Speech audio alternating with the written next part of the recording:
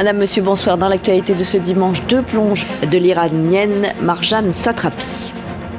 Nous verrons bien sûr la Palme d'Or en cours de journal et un résumé à la fin de cette édition.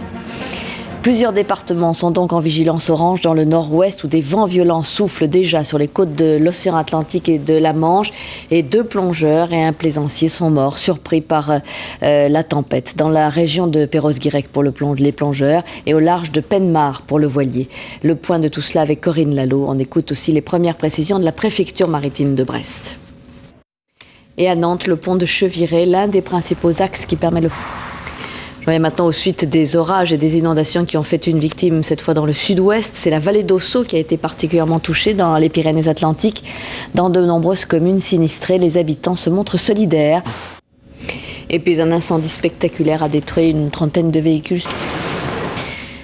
À la veille du lundi de Pentecôte, une question se pose pour tout le monde en France. Qui travaillera demain? Ce lundi sera-t-il jour férié? En fait, la plupart d'entre nous resteront chez eux alors qu'après la canicule de 2003 avait été instaurée une journée de solidarité pour les personnes âgées. C'est assez confus désormais.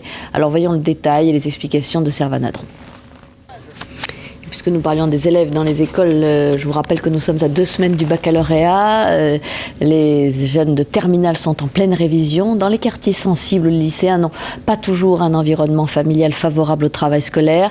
Des assistants pédagogiques interviennent. Ce sont des étudiants embauchés à mi-temps qui viennent soutenir les